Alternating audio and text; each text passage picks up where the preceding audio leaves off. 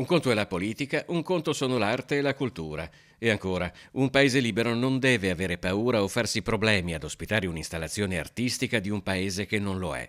Sono le opinioni che in queste ore si stanno facendo largo a Venezia di fronte alle polemiche sulla partecipazione della Federazione russa alla prossima Biennale di arte contemporanea.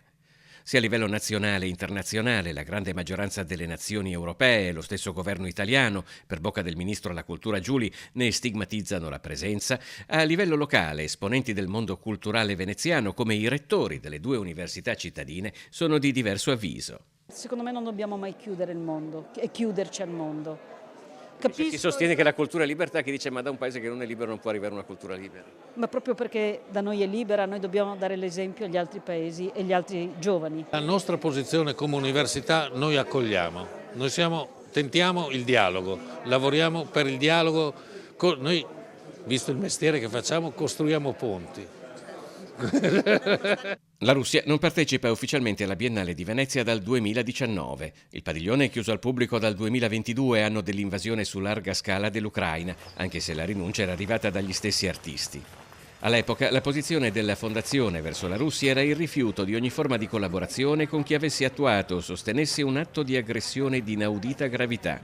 E all'Arsenale l'aiuto concreto all'allestimento dell'installazione di un'opera di artisti ucraini di condanna alla guerra. Noi siamo grati, noi siamo commossi con tutto il supporto degli italiani. Io ho tagliato tutti i miei legami professionali e legami privati con la Russia dopo 2014. Febbraio 2014 io ho tagliato tutto. Neanche io compro questa pasta per i denti che è prodotto in Russia, sapete? È finito perché c'è una guerra.